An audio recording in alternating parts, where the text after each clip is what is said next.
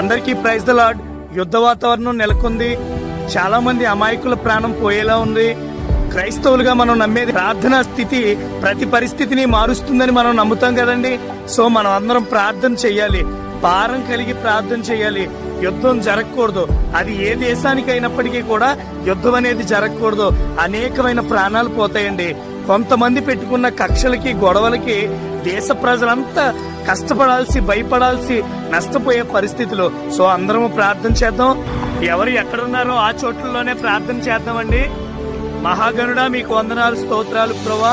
తండ్రి, అక్కడ యుద్ధం జరుగుతుంది ప్రభా, మీరే చల్లార్చండి తండ్రి. రెండు దేశాల మధ్యలో సంధి జరపడానికి కూడా ప్రభా యేసయ్య ఎటువంటి అవకాశం లేకుండా ఉన్న ఈ పరిస్థితిని మీరే తండ్రి నైనా మీ స్వాధీనంలోకి తెచ్చుకోండి ప్రభా. తండ్రి, రెండు దేశాల మధ్యలో సంధి మీరు జరిపించండి. శాంతిని, సమాధానాన్ని మీరు నెలకొల్పమని తండ్రి, ఏ ప్రాణం పోకుండా ప్రభా నీ చల్లని చూపుతో ప్రభా ఆ దేశాలను కాపాడమని నజరేయుడైన యేసు నామములో అడిగి వేడుకొని పొందుకొనిచున్నాము తండ్రి. ఆమేన్. హల్లెలూయా. ఈ ఇన్ఫర్మేషన్ అందరికీ షేర్ చేయండి.